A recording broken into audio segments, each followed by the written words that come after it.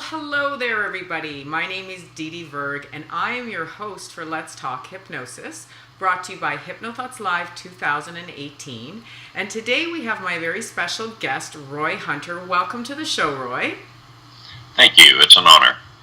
So let me tell you a little bit about Roy, because he's quite extraordinary. He's been in the business for a very, very long time and is very renowned.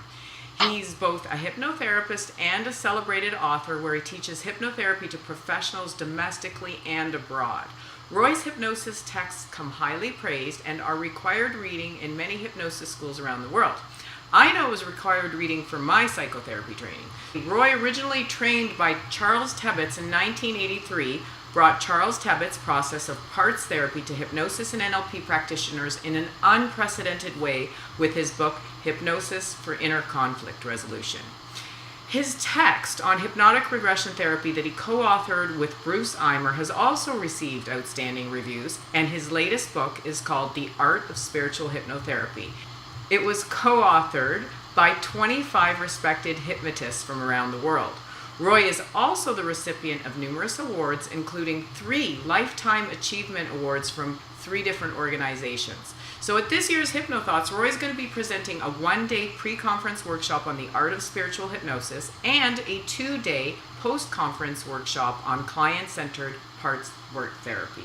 So Roy, tell us how you first got into parts work therapy and then eventually into the art of spiritual hypnosis. Thank you. I'd be happy to. Charles Tebetts was a recognized pioneer of parts therapy, although there are variations. It's based on the concept that we wear different hats. We all have an inner child. We have an inner parent if we happen to be parents. I have an inner adult. I have an inner professional, which is a hypnotherapy cap that I put on when I work with clients. And I got very passionately interested in parts therapy after studying parts therapy under Charles Tebetts in 1983, because I suffered migraine headaches from age 6 all the way up to age 40. Wow. One parts therapy session resulted in relief of the migraine headaches. And the difference for me is like night and day, because I was accustomed to getting 2 or 3 migraines a month, and usually 2 or 3 annoying headaches of lesser severity every week. That was a way of life for me for 3.5 decades. And then for the last 3.5 decades, it's been as much difference as day and night. I can count on one hand the number of migraines that I've had since 1983. And of course, I can still get an annoying headache if I abuse my body and don't get enough sleep, or don't walk my talk when it comes to managing stress, etc. Right. So my story is similar to yours. When I was in psychotherapy training, your book was one of our textbooks. And I volunteered to be the model for the demonstration for parts work therapy. I had and when I say out of control, I mean absolutely out of control workaholic part that I learned from my father to be that way. And I just thought, you got to get more done, you got to get more. And 11 o'clock at night would come and I wouldn't shut down. I was dead tired, and I'd push myself to 1 or 2 o'clock in the morning saying, I can just get more done, I can just get more done. And the teacher somehow negotiated with this part of mine. She brought in the wise part of me. And I remember, like, it was profound. I remember 11 p.m. would come and I would just go, okay, time to stop. And that was it. Done. And I remember the shock when I opened my eyes after being the demonstration model in class, and all the students had this look on. I know something had happened. I didn't think it was a big deal, right? Because I was the one experiencing it. But all the students were kind of like, whoa, wow, right? So I knew something profound had happened, but I didn't, realize what it was till later on when I would have continued the workaholic old part of me. So it's just unbelievable. So it's amazing stuff. It's unbelievable. I've used it. I remember working with a woman who had a nervous tick in her eye for her whole life, and in just one session, working with the part of her, and it was gone. She later needed some follow-up because she got herself involved in some situations that weren't healthy for her, and I guess it came back as a way to remind her. But it really is amazing. So tell us how you went from parts therapy to the Art of Spiritual Hypnosis. What led you to branch into an even higher level? I would be happy to. First of all, I'll make one comment on the workaholic theme, because I've seen that theme numerous times in my 35 years of professional practice of hypnotherapy. And frequently it is a factor with a person who comes to me for weight loss. And oftentimes parts therapy works when other techniques have failed. I've had clients see me who have failed at regression therapy or NLP techniques or other techniques that are proven to be effective but don't work for all the people all the time. And oftentimes parts therapy works when all other techniques have failed. And that's one of my reasons for being so passionate about the benefits of parts therapy. However, that being said, I don't use parts therapy for all the clients all the time, only when it's appropriate. Right. And one of the things I will teach in the workshop is how to determine when and if parts therapy is appropriate. Okay. And now, to get to your second question about the spiritual hypnosis, I discovered it by accident in the mid-1980s. A woman came to me for weight loss, and her parts would not come to terms of agreement. And no matter how long I'd mediated with those two parts, they refused to negotiate with each other. So I called out a third part, and a part would not emerge at first, but I remembered during the intake that she mentioned she was very active in her church. So I said, whatever part of you is most closely connected to your perception of God or Christ or higher power, for your highest and best good, I asked that part to come forward now. And the part came forward and wanted to be called Holy Spirit. Wow. Holy Spirit resolved her inner conflict within minutes. So you might say I discovered it by accident. And even though I didn't talk about what happened, and I didn't even mention it in my classroom, because the strength of teaching my course in a community college was that I did not put any religious or spiritual slant on it. I kept it secular, so that it had the credibility. At any rate, nothing stopped her from talking about it. So it wasn't very long afterwards when somebody came to me asking me if I could use hypnosis to help call out her higher power. One client led to another, leading to another, until I was doing spiritual hypnosis with greater and greater frequency through the years. Then in the mid-90s, Pam Winkler, who's a psychologist, and I believe she's presenting also at Hypnothoughts Live this year, I was talking with her and her late husband about the spiritual hypnosis, and she said, Roy, you need to write a book about this. And every time I attempted to write a book, I got stopped. Okay. The first time I attempted, I got about 2 or 3 chapters written. I was so excited to start writing it that I forgot to save my work, and we had a rare lightning strike because we don't get lightning very often in the Seattle-Tacoma area, and the power surge wiped out all my work. Oh. I was so angry at myself, and I set it aside for several weeks, made a second attempt, and saved frequently. And then after I had several chapters written, I opened an email that I thought was from a friend, but his email had been hacked, and I got a computer virus. I forgot to back up my files, so my hard drive crashed.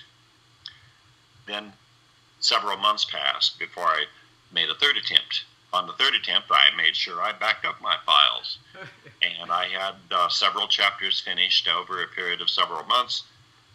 Repeat history happened. I visited an infected website. A virus crashed my computer, and they could not salvage the hard drive. I took it to a computer expert, and he said, your computer's shot.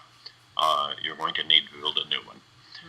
And then when I got my new computer, after getting everything all set up on that, I put in my backup disks. The disk was damaged. So once again, I lost the files. Right. So I just put it on the shelf for several years.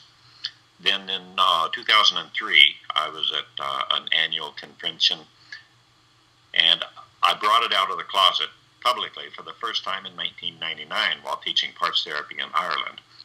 I was so overwhelmed with the enthusiasm and the interest, almost unanimous interest among a group of over 40 professionals, that I decided from then on I would talk about spiritual parts therapy the last half of the last day every time I taught a 2-day parts therapy workshop.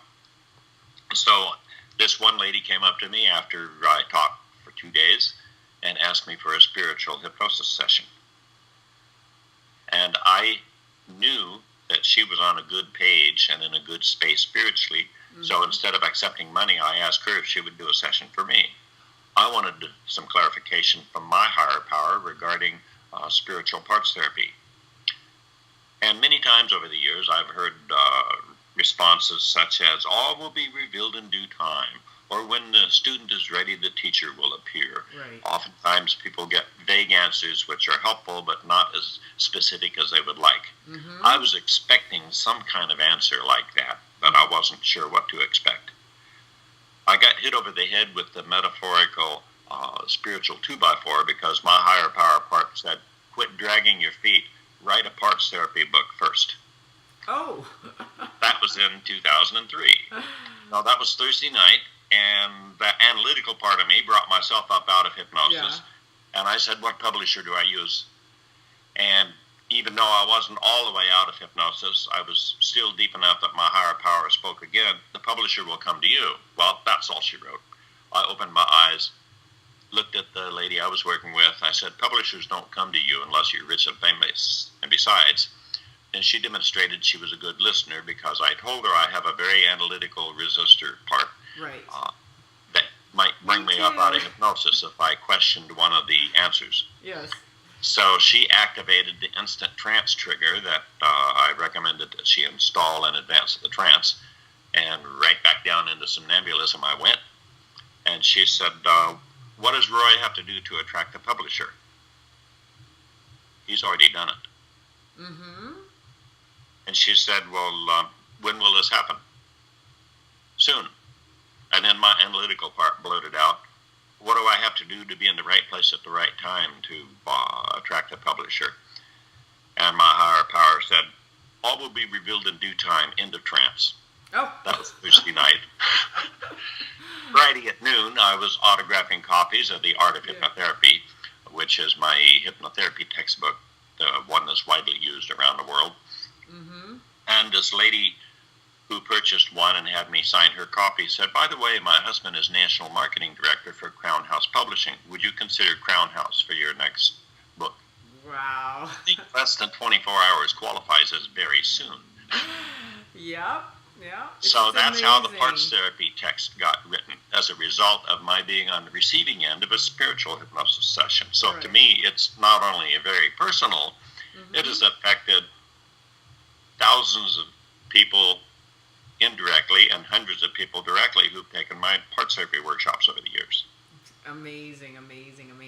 So tell us, what can people expect from, well, you're running 2 courses this year. So the one is a client-centered approach to parts work therapy.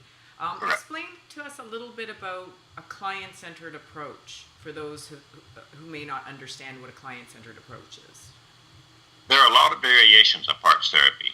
Voice dialogue, subpersonalities, conference room therapy, ego state therapy, which has now evolved into resource therapy. The Jaegerian method, which Dr. Edwin Jaeger, retired professor of psychiatry at the University of San Diego, originally called subliminal therapy. Instead of mediating, Dr. Jaeger only calls out one part, the highest intelligence, wisdom, and he calls it centrum, the center of the person's intelligence and education. So he has centrum talk to the other parts. So there are various ways of doing it. I find that mediating is a very client-centered way and helps people feel good about themselves. So that's been my approach ever since I learned it from Charlie back in 1983. Although Charles Tebetts was an arbitrator, I found I had better results mediating, because the arbitrator listens to both sides and then makes a decision and debates with the various parts. He called it the Great Debate. The Great Debate didn't work for me, so I had several sessions go south, and that's when I changed to mediating instead of arbitrating. Right. But prior to his passing, Charlie asked me to continue his work. Oh. So it was my request of my late mentor that I got involved in continuing to carry the torch of client-centered parts therapy. But I call it client-centered because basically it's based on the concept that the client's inner mind can tell you what the cause of the presenting problem is if you ask the right questions. Okay. Whereas if I, as a hypnotherapist, attempt to determine the cause, there's a chance I'll be wrong. In fact, Gordon Emerson, who's the protege of Watkins and Watkins, who originated ego state therapy, he stated in writing that if either the hypnotherapist or the client has a preconceived opinion about the cause of the presenting problem, there's a 50-50 chance that the opinion is incorrect. And I'm not willing to gamble with those high odds of error. Yeah, and I've learned that my own belief systems hold me back sometimes. It wasn't until I began interviewing other hypnotists on the miracles they've seen that I just noticed that our biggest limitation is ourselves and our belief systems about what hypnosis can and can't do. The biggest miracles I heard were from hypnotists, you included, who just would try any crazy off-the-wall thing. Like, can you tell us, just share with us that story about how the woman who was blind in one eye from the time she was 4 years old, how you did some really interesting hypnosis with her? You know the one I'm talking about, right? Oh, yes. She was a hypnotherapy student of mine. Right. And after I mentioned working with a client at a workshop on the East Coast who had 97% hearing loss, and he closed his eyes after about 15 minutes of hypnosis, reading my lips, where I just said, at some time, if your subconscious decides that you can hear without keeping your eyes open, you can either close your eyes or allow them to close and still be able to hear every word I say. Wow. So about 60 seconds after I said that, he closed his eyes, and when the session was over, his wife came in, and she was a certified hypnotherapist who took my workshop. She said, "How'd it go, honey?" And he said, "I heard him." And I was sitting about 5 feet away from him. And she said, "You read his lips?" He said, "No, I closed my eyes and I heard him." And she looked at me. She said, "When I hypnotize him, if I use my voice, I have to be 2 or 3 inches from his ear. Were you sitting in that chair?" And I said, "Yes." And both husband and wife burst into tears, and there was a 3-way hug. So I shared that story with my class. And then the lady that you asked about, we'll call her Stephanie, that's not her real name, said, "Have you ever used hypnosis to help someone regain eyesight?" I said, "No." She said, "Is it possible?" I said, "I don't know." And she said, the doctors can find no medical reason for me not to be able to see out of my left eye, and I did not know that she was blind in her left eye until that evening, even though she had already been in my course for 4.5 months. My course at that time was 9 months. Now it's a year-long course. At any rate, she said, "Would you be willing to experiment?" And I said, "I'll be willing to go where few have gone before. I can't promise results, but I can promise best efforts." So knowing that she was a real devout Christian, in fact, she got in trouble with her church the first few weeks of taking my course because they were skeptical of hypnosis. And then she started having Tuesday night meetings, Mistress of the Mind. So she was gradually getting more and more people in her church to become comfortable with hypnosis by doing Tuesday night fun and games, Mistress of the Mind workshops. And she dared the husbands to come along with their wives to the Mistress of the Mind meetings. So it was really cute. But knowing how involved she was in the church, I took her to her peaceful place. And in her peaceful place, I said, now you can either stay in your peaceful place or imagine a sacred place where Jesus appears. And then I said, you can use your imagination in whatever way is most effective for you. And imagine either Jesus touching your forehead above the eye that desires healing, or whatever way is most effective for you. And then I said, while staying totally in hypnosis, imagine that you're putting your hand in front of one eye and opening your other eye and seeing fingers. And now imagine doing it where your hand is in front of your right eye and you're opening your left eye, because it was the left eye that was blind. Right. And I said, now imagination is the language of the subconscious, so while still remaining in deep hypnosis, go ahead and put your left hand over your left eye and open your right eye. How many fingers? She said, 2. I said, now put your right hand over your right eye and open your left eye. How many fingers? 4. And I said, now, although you're in deep hypnosis, it's important that you remember that you were able to see during hypnosis, and your brain can retain that memory at a conscious level after the hypnosis is over. And then I went ahead, had her thank Jesus for participating in the session, brought her up out of hypnosis, and before I counted up from 1 to 5, I said, when you get to 5, most of you will be out of hypnosis, but your right hand will be covering your right eye, and when you open your eyes, you'll see how many fingers I have with your left hand. Only instead of holding my fingers up, when she opened her eye, I had an 8.5 by 11 piece of paper marked HI, H-I, with an exclamation mark with a red felt marker in great big letters. So she opened her eye on 5. Hi. Oh. And within 2 minutes, she had to excuse herself and leave. Yeah. A week later, she came back to the class and apologized to everyone for leaving the class so abruptly. She said, I haven't seen anything but light or dark out that eye in my conscious memory. And she said, I knew if I didn't go home immediately, I would be crying for an hour. She said, I got home, told my husband what happened, and we cried in each other's arms for an hour.